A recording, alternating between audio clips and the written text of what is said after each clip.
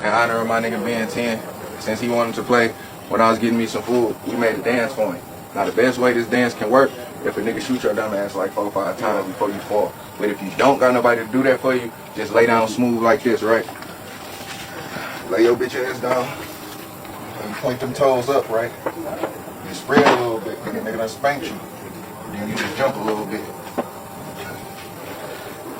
Do the BNT. Do the BNT. Do the BNT. Do the BNT. All right, y'all. First and foremost, excuse the background noise. I'm currently on the road headed to Houston. If you ain't got your tickets, go get them ASAP. A lot of y'all been sending me this nonstop, so I'm gonna do what I do. I'm gonna give it a grace key breakdown. A lot of people online treating this shit like it's simple, and it's not. Hitting them with, oh, he got attacked first, so it is what it is. Yeah, it is, and yo, some all brand, but that's not how the law works. So, y'all, this is definitely not how the feds look at it either. And I'm gonna get into that part especially and break it down so you have a thorough understanding. So let's slow it all the way down. According to the paperwork and what's being reported, the situation allegedly took place in Houston inside a restaurant around 11:23 at night. The police, investigators, whoever, they're saying there was some kind of confrontation. You got jury involved, chain grabbing involved, watch grabbing involved. So off the rip, yes, the paperwork does make it sound like there was some kind of aggressive situation happening towards him first. And I need to be fair when I say this part because it actually doesn't matter. But this is where a lot of y'all stop thinking because y'all hear the words, oh, he got attacked first. And you automatically start to think it's the fucking movies and he can do whatever he want to do now. But unfortunately, that's not how the law works. That mindset y'all niggas got is not self-defense. And that's absolutely not how the law sees things either. So again, according to law enforcement, at some point during the fight, a handgun falls to the floor. The paperwork says he picks it up and begins firing at people and they start running. Now pause. That right there is the beginning of where the self-defense argument is going to get real fucking complicated because the law is not just looking at it like who started it. The law is also going to look at a couple other things. What was the threat? How long did the threat last? When did the threat change? And at what point did you have a chance to stop? All this matters, y'all. Again, this ain't the fucking movies. And this is what I need y'all to understand. Claiming self-defense is not a fucking pass to function like you in the Wild Wild West.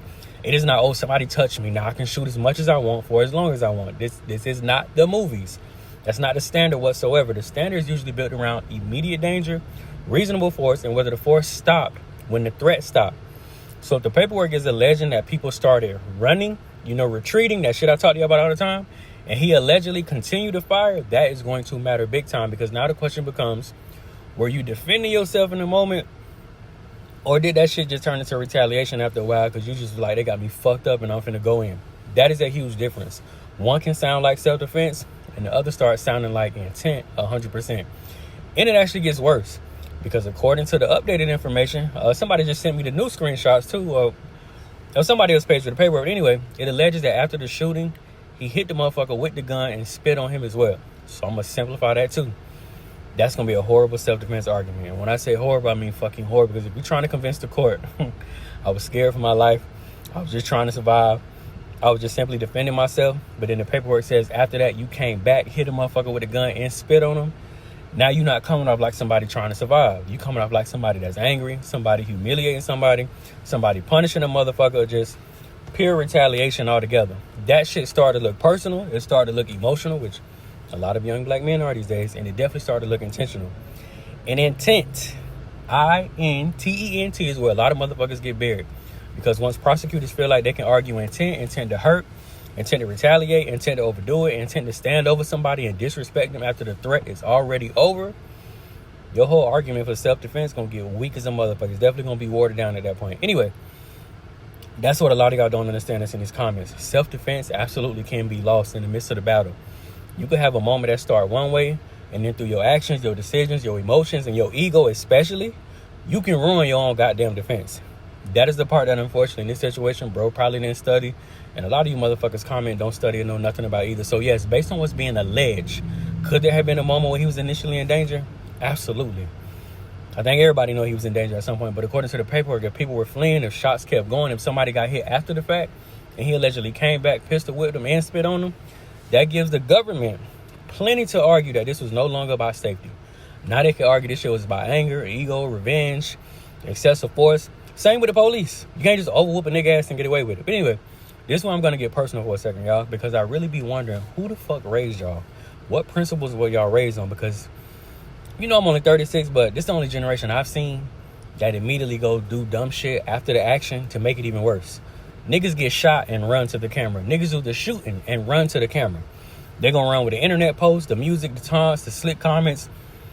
Nobody just handle business and shut the fuck up anymore. It's like nobody know when to shut up. Nobody know how to stop. Nobody know how to let the facts breathe.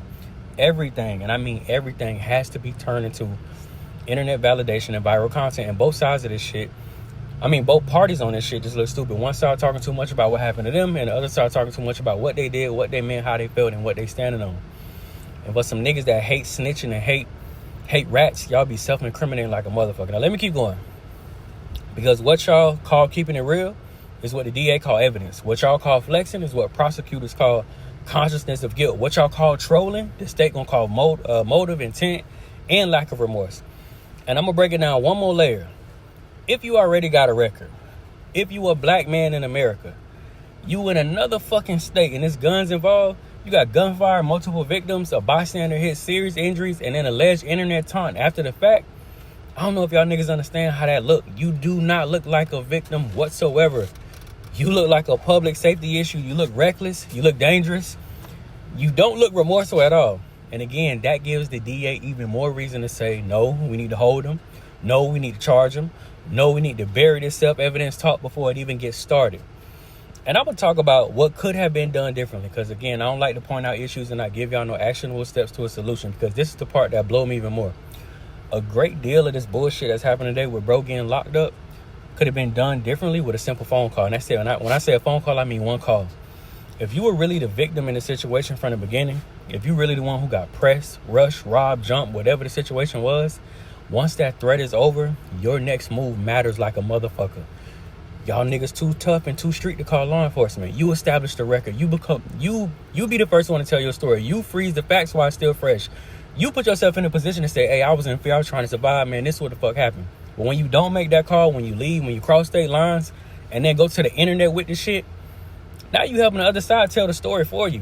And they gonna tell that bitch in the ugliest way possible 9 times out of 10. Like, niggas won't talk to the police, but they'll talk to the worldwide internet, which contains the police. It just makes no fucking sense.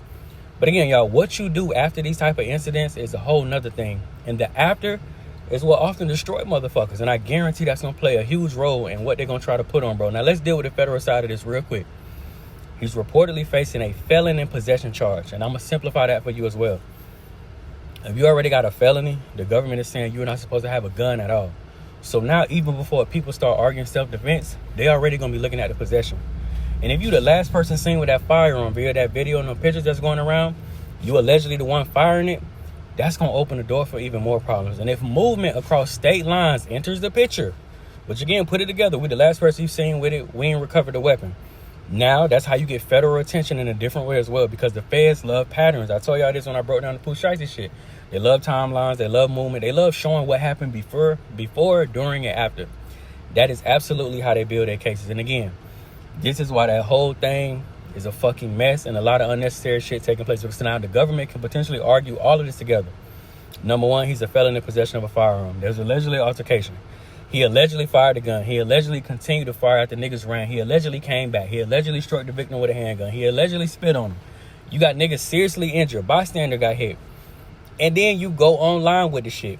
Do y'all understand how ugly and how fucked up that's going to sound in court? Again, this shit ain't going to come off like a self-defense story. This going to come off like a prosecutor's fucking dream when it comes to young black men in America. And it's exactly why I keep telling y'all niggas ain't losing cases off just what happened. A lot of times y'all lose them motherfuckers on how you finish the situation. You lose them with the extra shots. You lose them with the disrespect.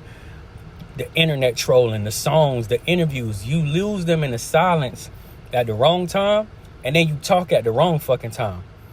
Lastly, y'all niggas' phones is y'all biggest interrogation rooms in 2026. Your Instagram is a paperwork. Your captions, your music, your comments, your lives, your reposts. All that shit becomes part of the evidence ecosystem at this point. And this is the grace key part of the whole breakdown. The law is not just asking who started it. The law is also asking who escalated, who had a chance to stop, who kept going, who made the shit worse, who looked like they were surviving, and who looked like they was enjoying this shit altogether. And that, my friends, is why intent matters. That is why restraint matters. That is why not being impulsive matters. That's why emotional regulation matters. That is why one simple phone call matters.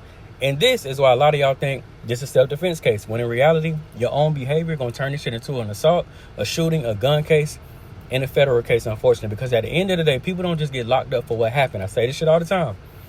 They get locked up for what the evidence proves, what their behavior suggests, and what their own decisions make it easy for the prosecution to argue. Listen, y'all, if this breakdown making sense to you, that means you're realizing how much you don't know a fucking thing about the system you live in. And that's exactly why we created the Grace Key. We're down to our final 20 Grace Keys, and the remaining 20 come with a free Family Bible workbook. Y'all know that workbook itself is normally $140 on the website, but it comes included for free with the last 20 Grace Keys that we have. And again, if you use the payment plan at checkout, that shit is a whole $10. And here's the part a lot of y'all keep missing. When you scan the Grace Key, there's an additional section on the back end where I break down case law, real situations, real charges, real outcomes, and legal lessons behind all of it. So you're not just watching clips, you're actually learning the world you live in. You know, you live in this bitch that governs it, and how to stop being ignorant to this shit for the next 8 generations of your family. Last but not least, y'all know what to do. Click the link in the bio at DerekGrace2.com. Go get yours ASAP. I'm gonna say what I've been saying, y'all. Don't wait until I'm fucking up. Don't wait until you're in this situation to understand this motherfucker. Y'all niggas gotta practice preventative maintenance.